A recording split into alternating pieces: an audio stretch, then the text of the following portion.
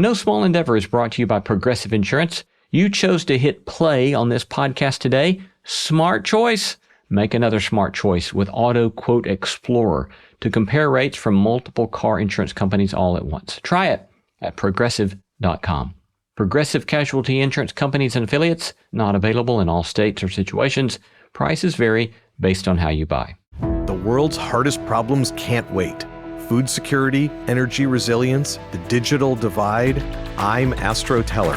For 15 years, I've worked with inventors and engineers to tackle the seemingly impossible.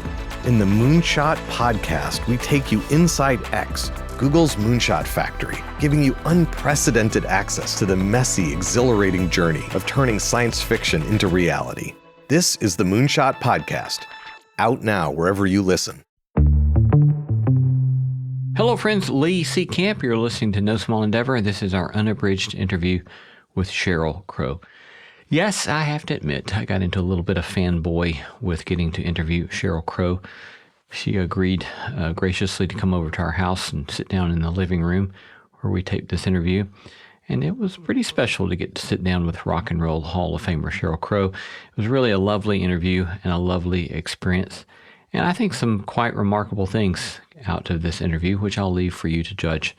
But I really quite enjoyed it. Enjoy. Here's Sheryl Crow.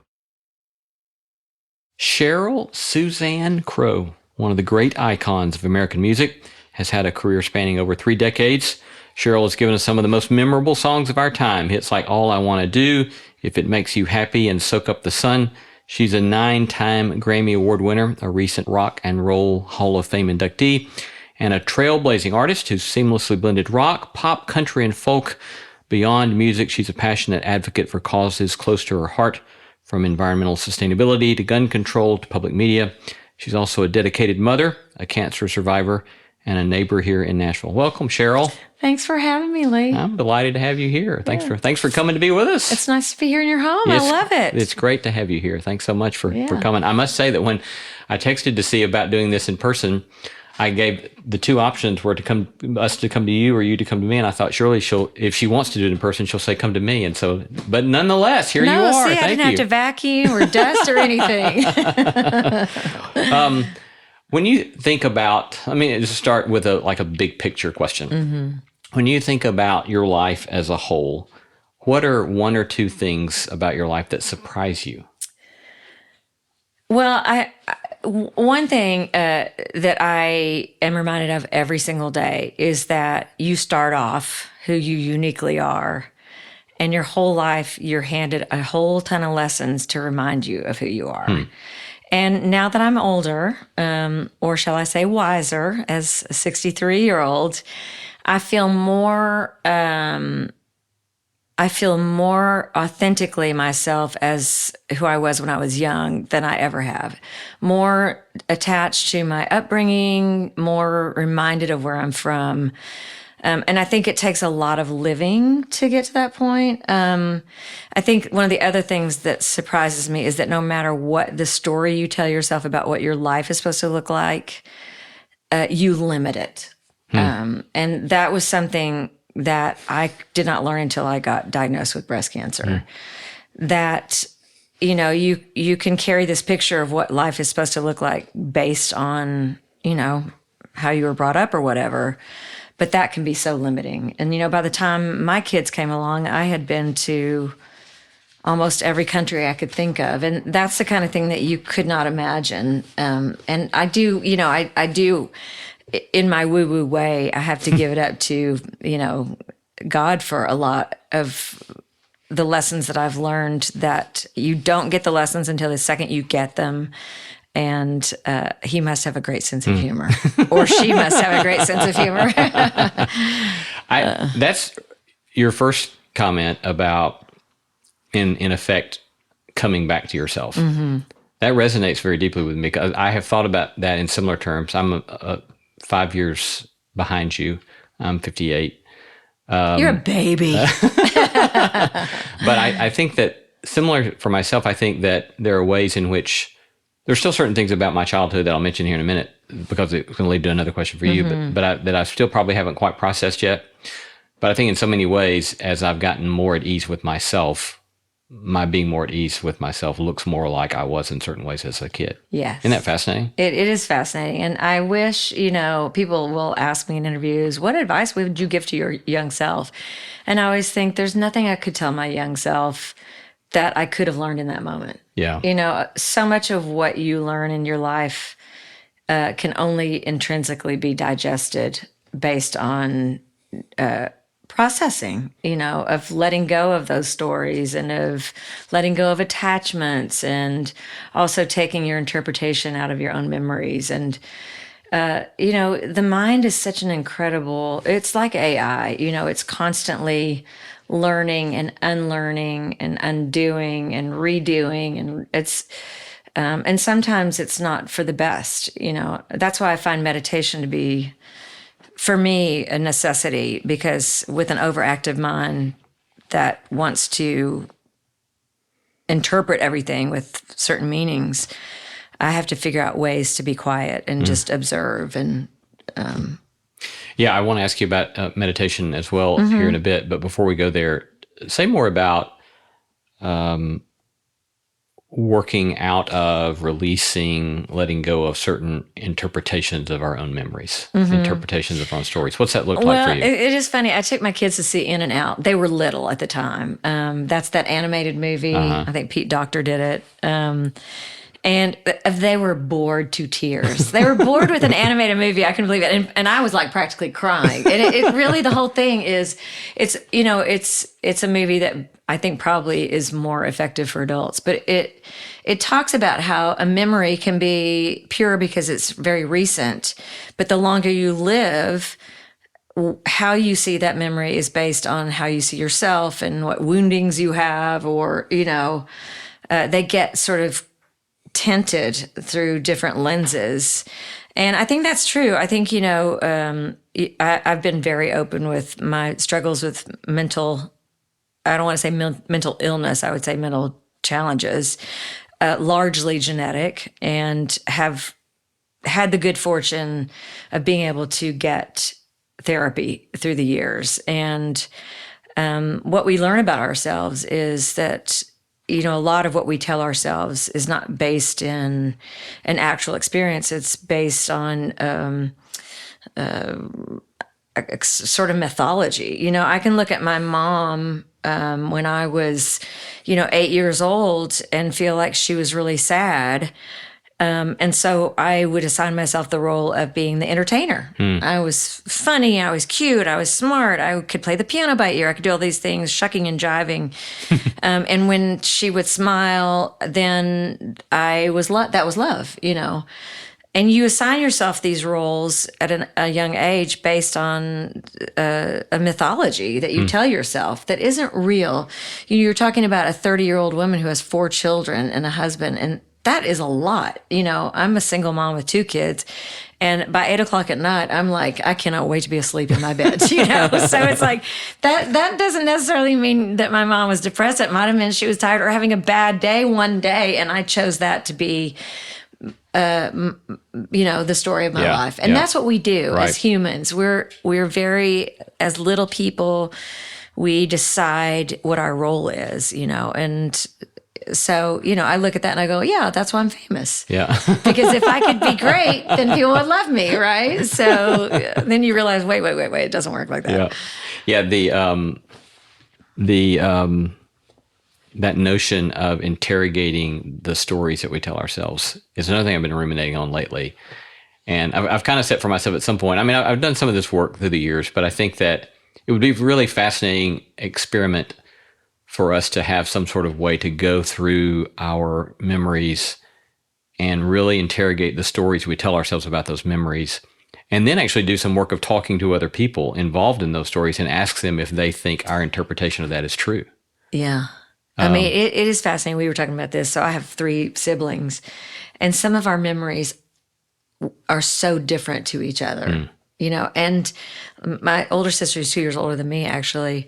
She has memories that I have no recollection of at all. So it's such a, and I find also as I get older, I unless I look at I see a picture, I have less memories, So I think all that to say, we were talking about the power of the moment. When you talk about the word forever, forever is every single moment, and being in that moment and, looking around and going, I'm going to be present in this moment. Yeah. Harder said than done, obviously, but Yeah. So, quick questions about childhood. Raised in Missouri. Raised in Missouri, small town, Kennett. Uh-huh. And Sophie Byard, one of our producers, said she was just driving through Kennett this weekend and saw the big sign, home of Sheryl Crow. I know, and it said hometown of Sheryl Crow, 2 words. So they did manage to correct that, which I loved. I was like, oh, you should leave it the way it was. But I do. I mean, I love my hometown. It's very flat, tornado central, cotton fields, churches. We had 1 high school, 1 junior high, 2 elementary schools. Everybody knew everybody. Everybody went to school with everybody. Moms had bridge club on Tuesday nights. That's when they came home on Wednesday, and you were in trouble because they heard all the gossip, So pretty simple living. Yeah. I also grew up. I'm older enough than you that I actually remember Vietnam. I remember being a young kid and Walter Cronkite, the nightly news right after dinner, and the names of the POWs. And I was, I think, in junior high when all of us wore POW bracelets. So, I mean, I try to talk to my kid. My kids are like, Mom, you were born in the 1870s, and I was like, yes, and we spanked back then. So, but, it does give you a certain amount of, I don't know, it gives you some levity if you grew up before things were as technical and as removed, to have newspapers and to have only a little bit of news, and to sit around a table or listen to your parents talking and stuff. It was definitely quite a different time. Is that your earliest political memory, seeing stories about the Vietnam War? That, and my dad was a young attorney, and he had a case in the county right next to ours where he defended the county. Actually, there was a case of ballot box stuffing. So it was a correct case about what? Ballot box stuffing. They had been stuffing the ballot box with some dead people's names. And I think he was on the side of defending the county against the wrongdoers. And so we had death threats. And I was in 3rd grade, and I just remember my dad coming down one night because I heard my parents talking about 2 a.m. My dad was sitting on the couch with a rifle, and thinking, well, that's just very odd, and having to go to school in the morning with police. And, wow. So I do remember the discussions about, things that were bigger than right and wrong, like, more grand scale. So my dad was very, very Atticus Finch. Huh. That's fascinating. Yeah. What's your earliest music memory?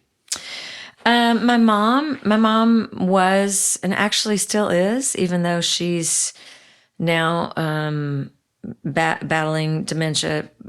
Music is fascinating. She still has her instrument. She's an incredible singer. Was always an amazing singer, like operatic, just incredible. Sang in the church choir. But one of my earliest memories was singing for the Wednesday Music Club with my sisters, doing music programs with my mom. And so, and also playing by ear. I can remember we all took piano lessons. We had 6 pianos in our house because my mom taught. And 6 pianos in your house? Yeah, she taught this method, not the Kadai method, I can't even remember the name of it, but where they had group piano lessons. Oh, okay. So we had one room that had 4 pianos in it, and we'd all be practicing, and my mom would be in the kitchen like, Kathy, that's a B flat. Cheryl, that's James Taylor, That's fascinating. What's your earliest hymn memory? I grew up in the Presbyterian church. Our church was very stoic, and my grandmother played organ heavy. Very organ heavy. My grandmother was the organist. My grandmother always had this funny saying. She referred to the Presbyterians as the frozen chosen.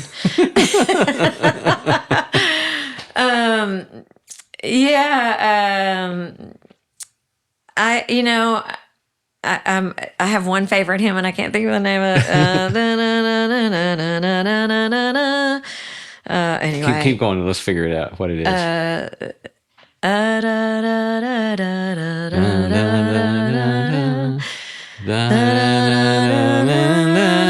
With me, Lord, thou and thou only first in my heart, waking or sleeping, my presence thine eye. Be thou my vision. Be thou my vision.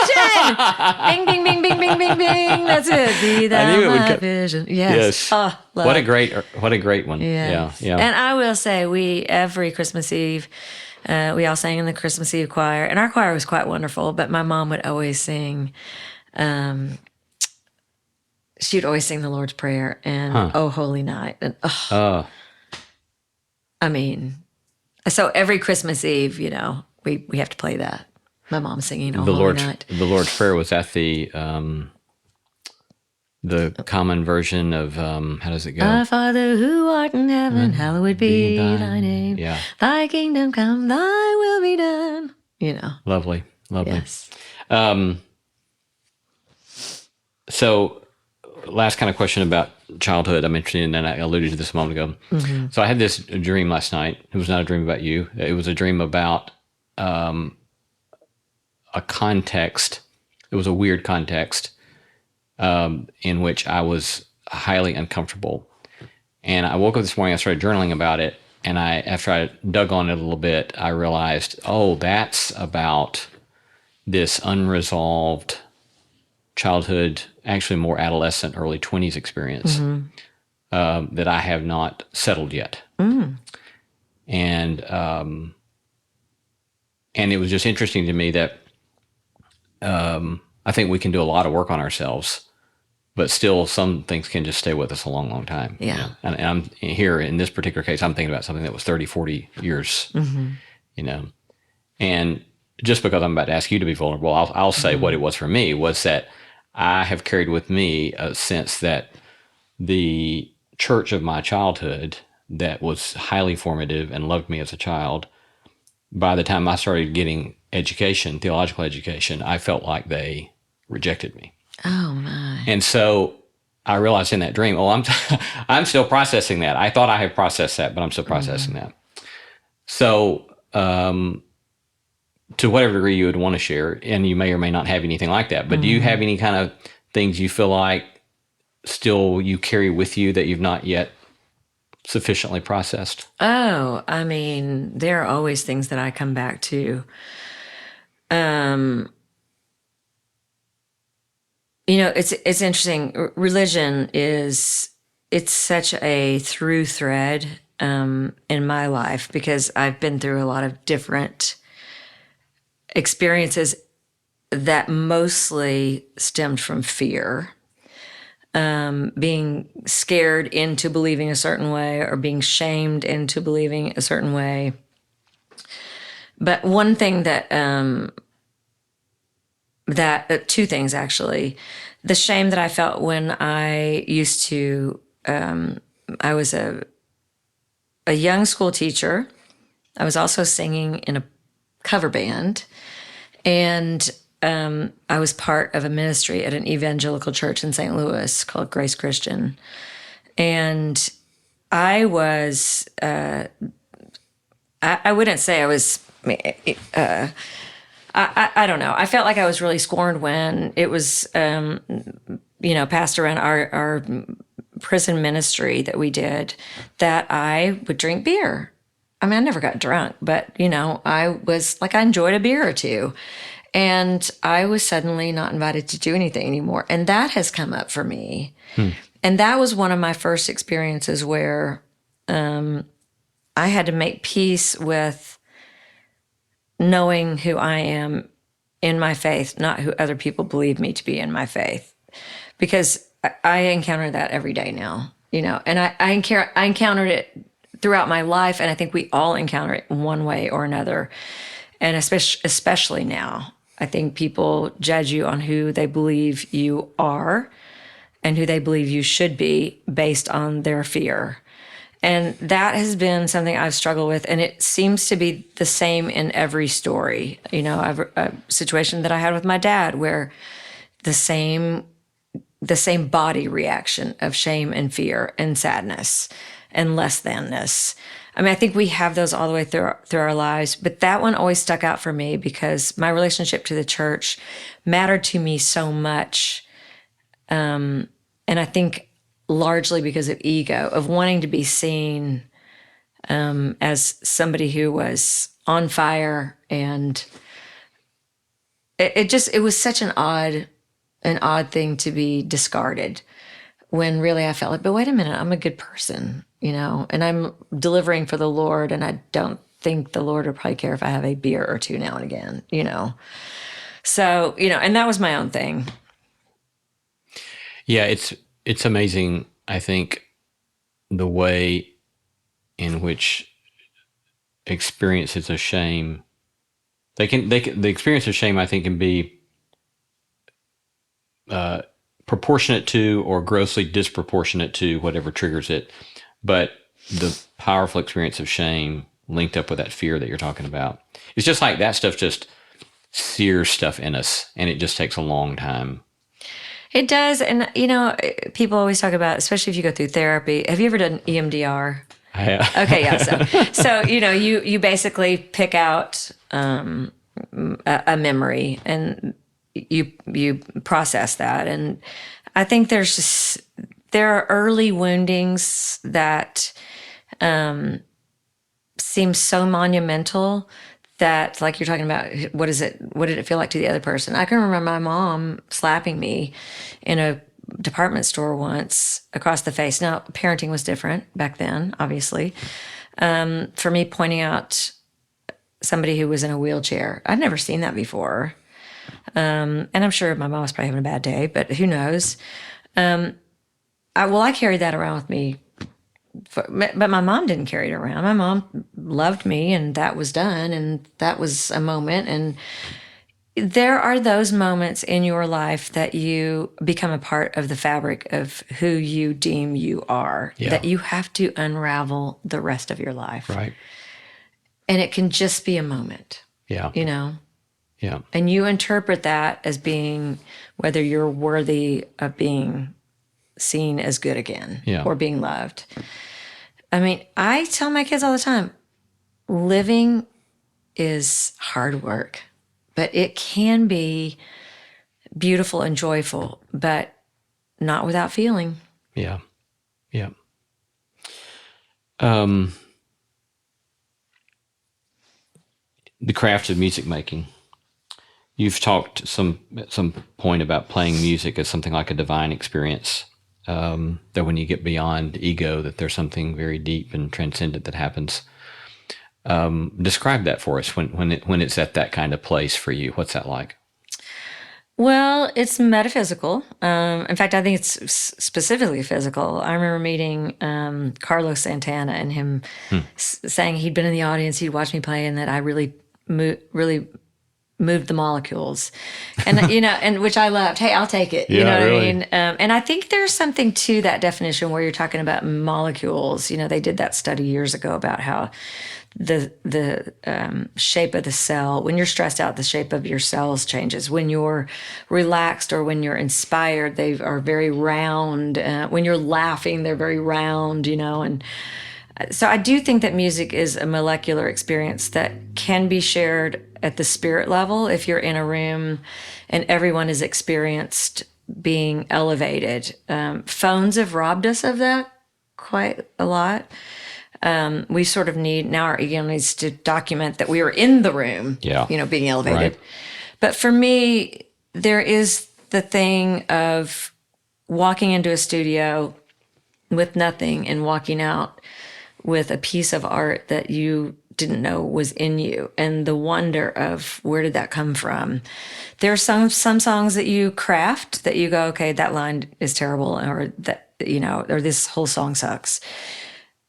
Then there are those songs that you go, I have no idea where that came from. That is not even something that would naturally come from my brain.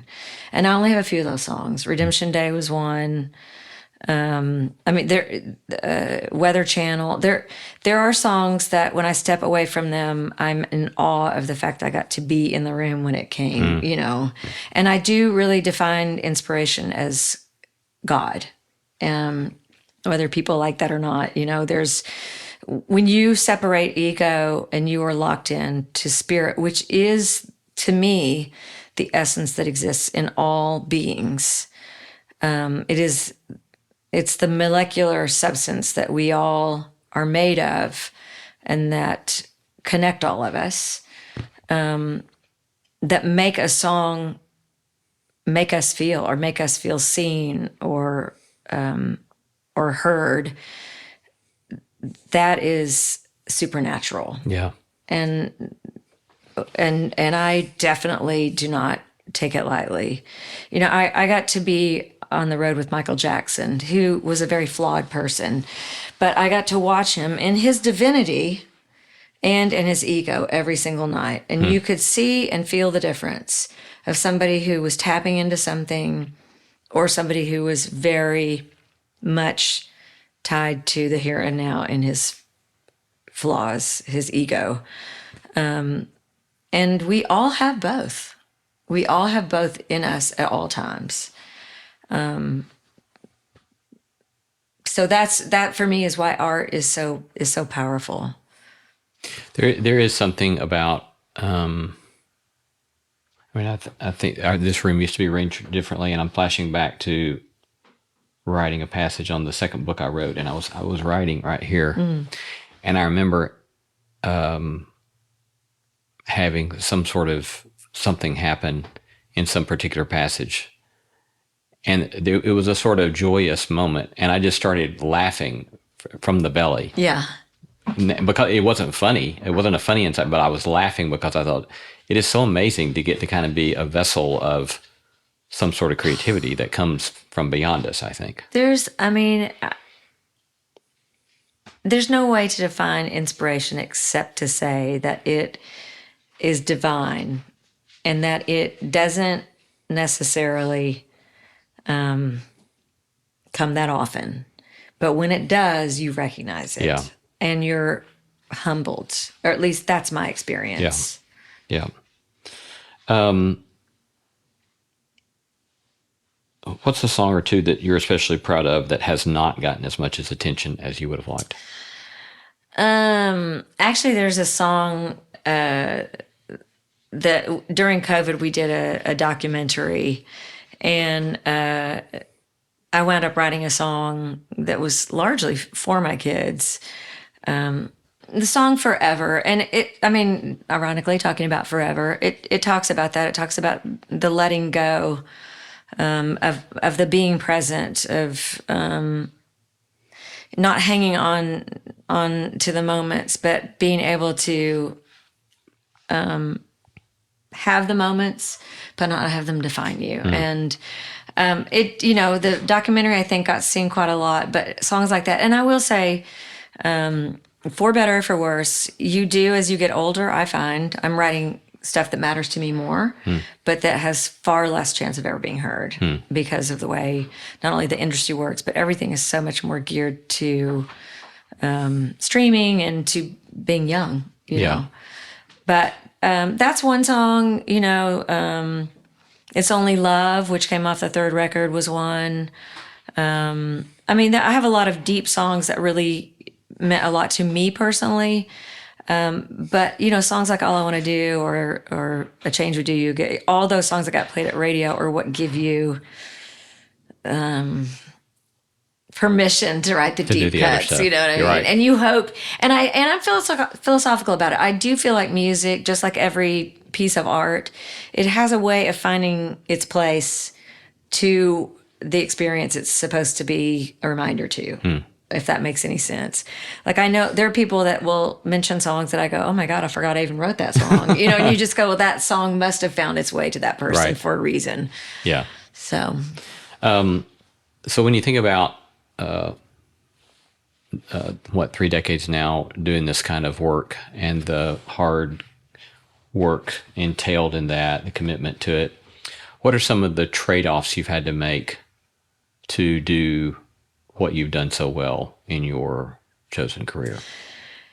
Well, I talked about that picture that you have and you carry with you about you're going to get married when you get out of school and you're going to have kids. And I mean, my parents are still alive. They're 93 and 88 and they're still married. And they were happy, except for obviously every marriage is filled with, hey, we're two separate people, but they did really well and still do really well. So that's, they sort of amplify to me that's what you're supposed to have, right? Well, I wound up traveling around the world and playing music. And so I didn't wind up I turned 40 and I suddenly am looking at my life going, okay, I'm 40 and what's on radio is like 17-year-old girls wearing school outfits, playing some pop songs, and I haven't had children yet. And, it's like, what is happening here? So, I guess a trade-off would have been, I didn't settle down. It's a lot to ask a partner, a man, to want to be in a relationship with somebody who's collecting frequent flyer miles by going to Israel or to Colombia or Bogota or to Tokyo I've played in Russia. I've been so absolutely, unbelievably blessed in my life. But the picture's different, and my kids came to me and I believe they did pick me and they picked this life, but I was 44 and 48. And they picked each other for sure, my two boys. So is it a trade-off? I don't know. I put up with a lot as a woman. I had to fight for everything I got. I would love to say that it wasn't like that or it isn't like that, but it just is, Do you feel but like I don't know that what did I trade? I guess I traded a conventional marriage, but I've had people I've really loved who've loved me. And so I don't know if I was cut out to be married anyway, I personally am not sure how anybody's cut out to be married. That's my personal, I think, if you're a growing human being that wants to constantly be evolving, it's hard. It must be hard and challenging. Yeah. It's not for the faint of heart, for sure. Yeah. But neither is raising kids. Yeah. And neither. Best job I've ever had, though. Yeah. Yes. Yeah. It's wonderful. Yeah. Hello, friends. I am pleased to tell you about an organization that's close to my heart, the Rabbit Room, an incredible arts ministry right here in Nashville, Tennessee, that connects artists, resources, and communities to integrate art and creativity into every facet of life. They publish books, produce plays and concerts, create articles and podcasts, and put on events, all for the flourishing of Christ-centered communities. Discover your next favorite book or podcast, get tickets to an upcoming event, or explore their vast library of content at rabbitroom.com. A number of years ago, I understand that you bought a small church and restored it and put it on your farm here in Nashville. I did. I always said, if you build it, they will come. Yeah. But he hasn't come yet. I've had several people who've gotten married in there. It just hasn't been me. What do you think that symbolizes for you, that you bought a small church and restored it and put it on your farm? Oh my goodness. You know what? If there are past lives, I feel certain I was a tortured nun or something. I don't know. But, I have a funny relationship with my faith. And I'm still learning about it. And it has defined me and it has shaped me. And I found this little church. I actually found it on eBay, believe it or not. And I went out calling this guy, and he was selling it through a realtor on the side for $5,000. Wow. Yeah, so I had somebody that was working on my barn at the time drive over to South Carolina and look at it, and it was super dilapidated and lots of bug rot. And we salvaged some of it and brought it back and built a little chapel. And I built it because I wanted a place that felt inspiring, that didn't, that had nothing to do with my work inspiration. Work for me is inspiring, but it's also work. Yeah. And I've always treated it as work. Like I didn't get into being a songwriter or a musician because I wanted to be famous. I really wanted to be great, which is in and of itself a torturous plight. You'll never be great when you measure yourself against other people who've ever done it. I don't even know what great is, but having grown up at a time when most of it was in magazines or on TV on, Dick Clark or, you didn't see musicians all the time. You had to drive to Memphis to see them, or you got to see, there was no MTV, there was no YouTube, there was nothing like that. It was magazines and album covers and artwork.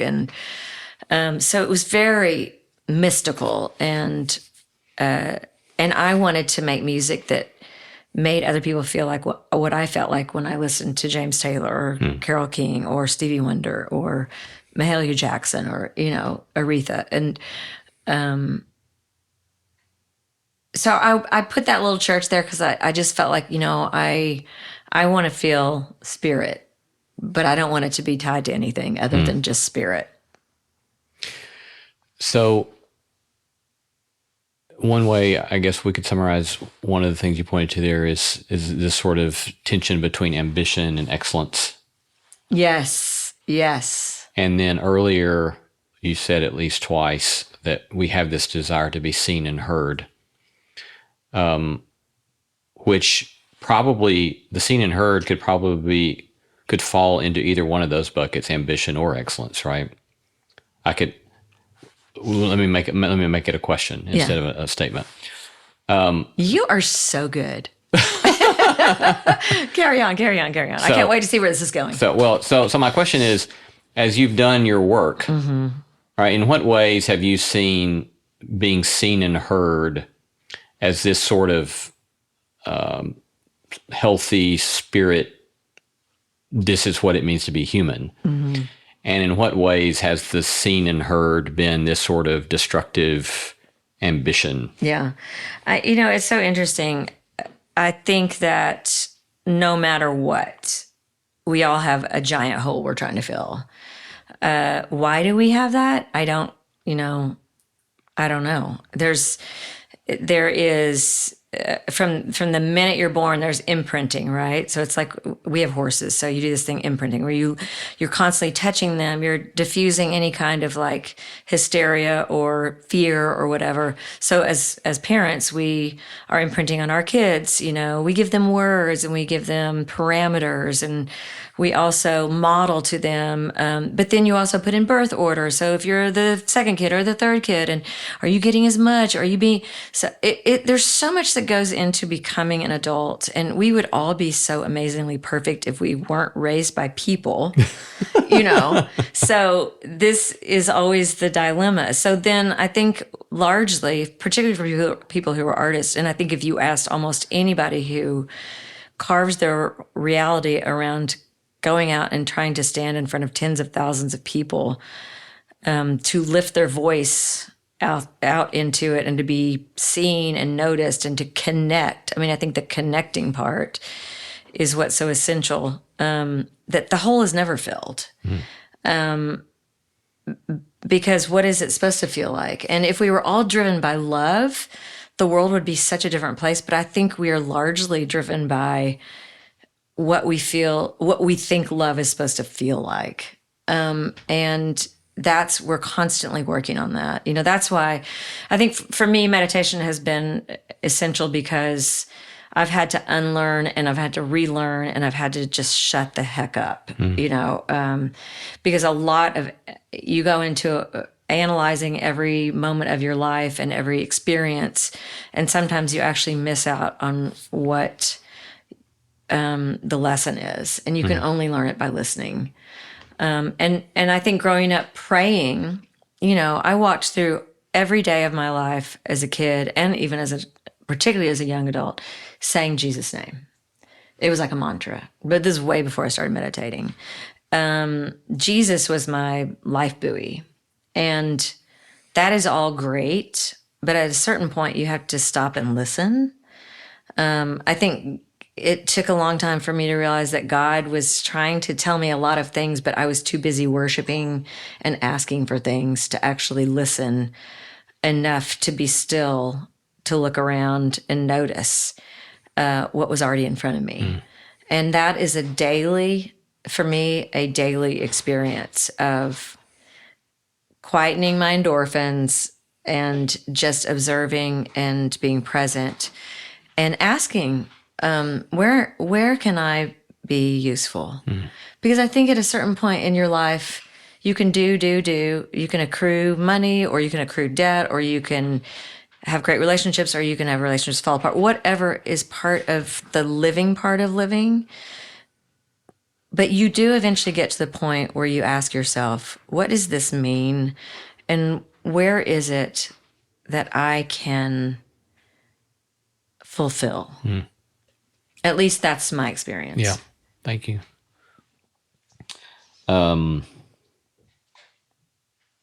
So I heard you say somewhere, I don't know where I saw this or heard this, that the move to Nashville from LA probably saved your life. Did you say something like that? Yes. Actually, I probably said, which happened right before, I think having breast cancer saved my life. Because I think I had perfected being the ultimate caretaker of all people, of everything, the people pleaser of the world. And I was at the bottom of the list of people that I took care of.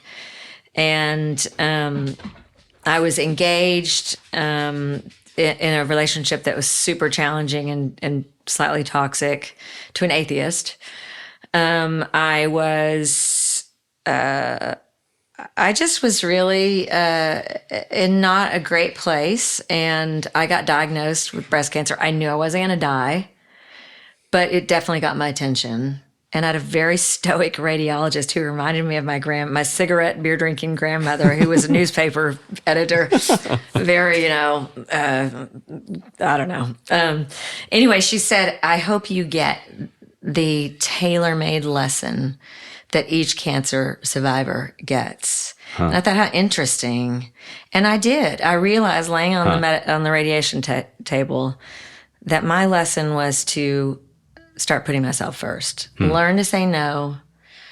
Learn to allow other people to, because one of the things that's interesting, talking about the metaphysical, a lot of people in the woo-woo world believe that left breast cancer has to do with nurture, because it's the feminine side, right side's the masculine.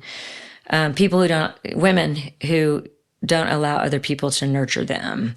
So, we bring children in, we nurture them on the breast, we nourish, and then we put ourselves at the bottom. And so that really was a moment. And there was a moment where, while I was going through cancer treatment, there were paparazzi shooting into my house in LA. And I just decided, where do I have people? My sister lived here. I knew Amy. I knew Emmylou. I knew Vince a little bit. And my family all lived 3 hours. And there was an airport. And I thought, you know what? I'm moving to Nashville. And I did. And within a year, my first baby came.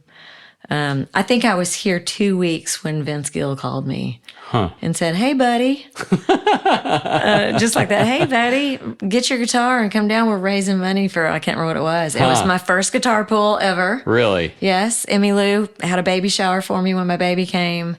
And that's really when my essential life began. And when I say that, I mean based in essence, based in who I was for the biggest part of my early life, which was roots, community, church, family. LA just was a stopping point for 23 years where I dumped my luggage, did my laundry, and got back on the bus. Yeah. You've mentioned meditation a couple of times and alluded to depression.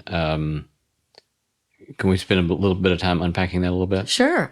We've talked about depression on this show a number of times. For one, I've had my own episodes with it. But so what would you say you've learned about how to do meditation and or how it's been of help to you? Well, I think, I've had several moments in my life that were felt insurmountable. Now, because I grew up as a Christian, I would never have killed myself. A, because I didn't want to go to hell. That's what I believed. And B, because I didn't want everybody else's lives to be ruined. Like, I really didn't factor into like my own, like, you'll feel so much happier if you get to go to heaven. It was like, no, I don't want to ruin everybody else's lives. Miss Caretaker here. But the reality of not wanting to get up and live and being mad at God that I would wake up, like praying at night, I don't want to wake up, and then waking up and being mad, you know. I did ultimately go to, I went to an ashram in the Catskills and took a vow of silence for 6 days, and that was very enlightening. But it was really after that I went and studied with a woman named Sharon Salzberg in Boston, who's written books on meditation, mindfulness. She wrote a book called Faith. She's brilliant, and I loved. In fact, she probably doesn't remember me. I mean, I was a no one, you know. But I was blessed that I wound up on her floor, and she taught me the art or the practice of mindfulness meditation. And it is a practice. It's not a perfect. And just the idea of when thoughts are coming through your mind and you go to that place of, I can't even meditate right. You know, you beat yourself up. It's the act of showing your self-compassion that you hope becomes not a part of your meditating life, but a part of your awake life. That compassion that you eventually are conscientious of, that becomes a part of the fabric of your everyday. I mean, that is a tiny particle of it. For me, it also had to do with quietening my mind and giving myself that 30 minutes in the morning and that 30 minutes at night, to just be present and know that this is my time. I have the rest of my day to stress out over stuff, which hopefully, you know, meditation helps with that as well. I just found that it really shifted my ability to hold things that felt like they were too heavy for me to hold. Yeah. It was definitely has been my experience that the habitual practice of meditation, it shifts something in me so that I simply have a capacity I don't have otherwise apart from it. Mm-hmm. Namely, not to be taken captive by the swirling. The ruminating. Mm-hmm. Yeah. And, you know, and I tell my students that for me, at least, I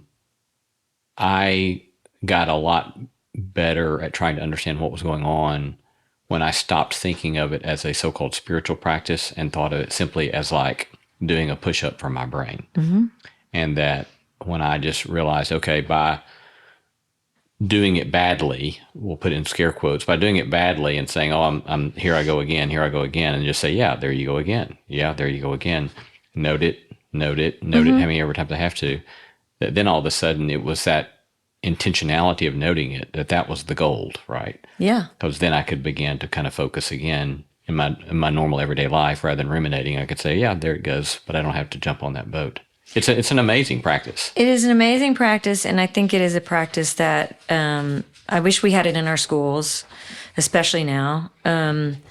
It also helps with sleep. Like, I'll wake up in the middle of the night, and that period in the middle of the night when you wake up and you start going through, I mean, just every bad scenario, even that moment of being able to say, okay, noted. You know what? What are you going to do about it right now? You're not going to do anything, so you're going to let it go, like that cloud of thought that comes through your meditations. And when you wake up in the morning, it's not there. And that, I think, is the gift that you give yourself. And, you know, I worked with David Lynch, his foundation, quite a lot. And some of the studies he did, even with kids, he worked in the Detroit school system that had a very, very high rate of dropout, high rate of kids who had detention. And so that he could get federal funding, he needed to prove some data.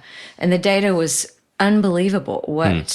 What a difference it made for kids to slow down their reaction time, which is one of the great things about meditation is that it does ultimately slow down the reaction time of reacting, Yeah. and whether that's in violence or whether that's in judgment, whether that's in your response. And also it slows, I believe that it can slow time because when our endorphins are going, we're speeding through, not even noticing our moments in life. Right. So, Yeah. Yeah. Thank you for that. Do you have other regular practices and habits that help you maintain inner peace, sanity, some rightful ordering of yourself? I have to run. Oh, really? Yes, I do. And I wish I loved a gym. I wish I loved yoga. But essentially, I want to run so that I can get away from people. You can't reach me. Yeah. And I'm out in nature. And I'm running through trees and I'm noticing things. That is my jam. Yeah. So, and I feel so much better if I go out and run a couple of miles. I'm sure my knees would love to have a little chit chat with me about it, but and my back. But I need that. Yeah. Yeah. At what point did you take seriously that as an artist, you had to make some choices about whether you would or would not speak up about certain socio-political matters? I really think that as a kid who grew up with Atticus Finch, basically, I had a very right-leaning dad. That was my lawyer dad, Wendell Crow. And I had a very liberal mom, Bernice. And I vividly remember getting ready to turn 18 and the two of them pulling me aside to kind of find out which way I was going to go because they canceled their votes out every election. But there was always talk in our household about current events. In fact, it's funny, we were not allowed to read at the dinner table, but my dad would hold court at the dinner table with Pudd'nhead Wilson. Or with, John Steinbeck. He would read to us. At dinner. Right after dinner. Like when we were little, he would read passages because he'd be in a book that he would just love and he'd be like, check this out, Ellery Queen. I mean, suspense stuff, So my earliest, music was big, but literature was big. And so that was, that was my early, I think, artistic roots. And then, I also read a lot of John Fonte and a lot of Bukowski and all that beat stuff, and was very much influenced by Dylan and by Crosby, Stills and Nash and people that were writing about what was happening. And, all that stuff that was political was getting played on the radio. War was getting played, and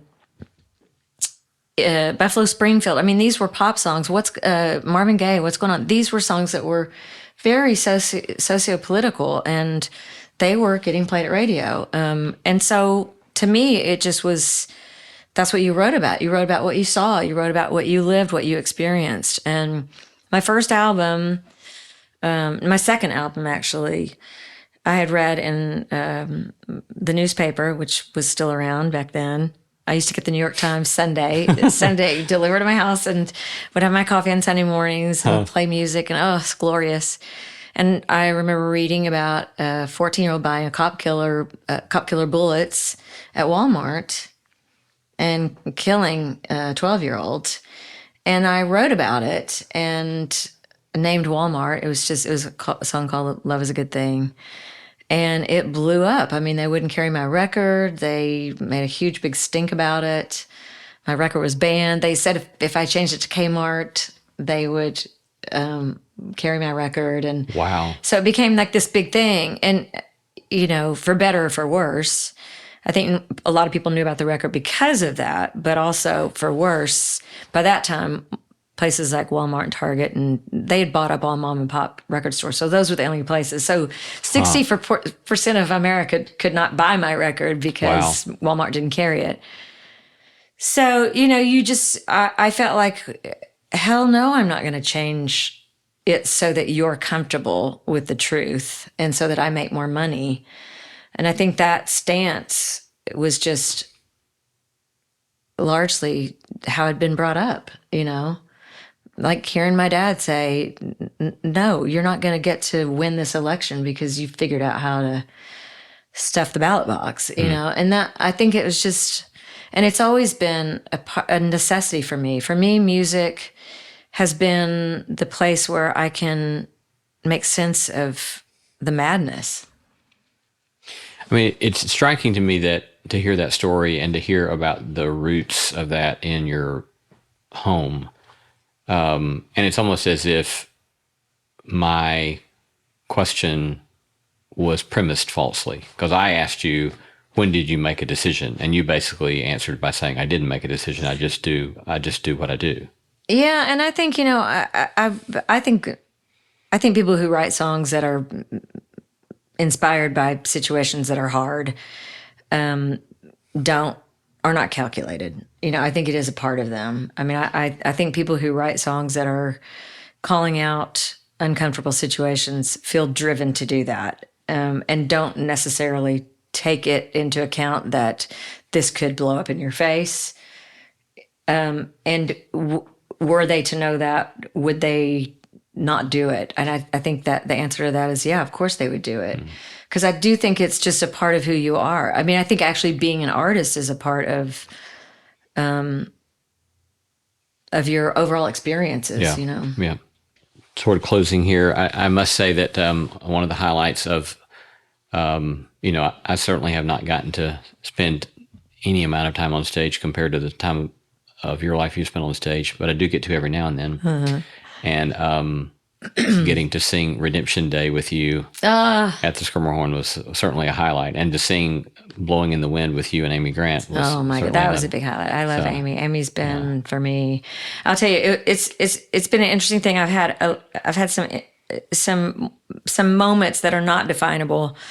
And one of them was with Redemption Day, because I came home from having visited Bosnia and Tuzla and playing for the troops, and came home and wrote this song, which is not at all how I write, like 7 stanzas, and recorded it, put it out. And what was interesting about it, Johnny Cash wanted to record it. And so I sang at June's wedding, and right after June's wedding, he called and said, I want to do this song. And he asked me all these questions about it, and he recorded it, and then he passed away. And so years later, I thought, I'm going to recreate the song. I called his son, and I called Roseanne and said, I want to recreate it for today, because I feel like it matters more now. And so I did it with piano, and he sang it. We put him on it. He was already passed. We put his demo vocal on it, and I didn't want to put my voice on it. And the producer was like, you have to sing it. It's your record. And I was like, no, I don't want to ruin it. So I'm standing in the vocal booth one night, and I felt Johnny's presence. And I am not a woo-woo, but I felt his presence saying, pushing me, helping me find my way through it. It was such an odd thing. So to get to do that, every time I get to do it, I feel the blessing in it, that God thing, that I got so lucky to get to write that song. So it's a powerful song. And yeah, I felt very special to get to sing Johnny Cash's part that night. And David Brooks, who was there with us that night, amazing. I had asked him if he would do the close right before we did Redemption Day. And I said, do you know that song? He said, I don't know the song. He said, but I'll make sure to listen to it before we do.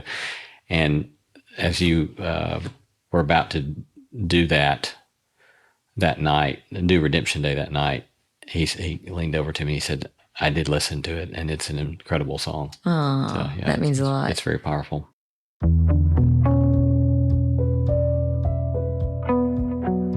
Well, we've been talking to Sheryl Crow, 9-time Grammy Award winner, a Rock and Roll Hall of Fame inductee, and a lovely fellow Nashvilleian. Thank you, Sheryl. Thank you, Lee. It's been a delight.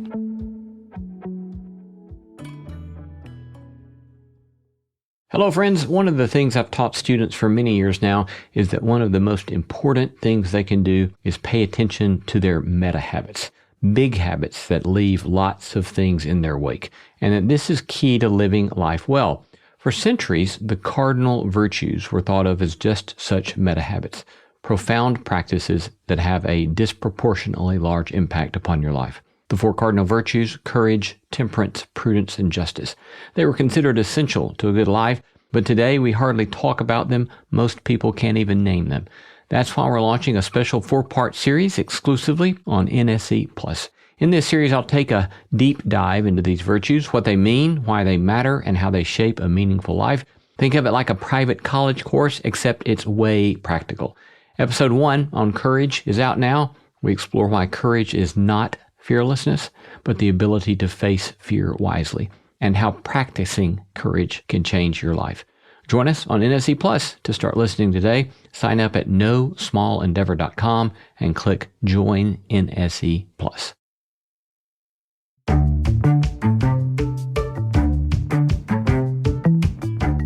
Our thanks to all the stellar team that makes this show possible: Christy Bragg, Jacob Lewis, Sophie Byard, Kate Hayes, Mary Evelyn Brown, Carriet Harmon, Jason Cheesley, Audrey Griffith, and Tim Lauer. Thanks for listening, and let's keep exploring what it means to live a good life together. No Small Endeavor is a production of PRX, Tokens Media LLC, and Great Feeling Studios. From PRX.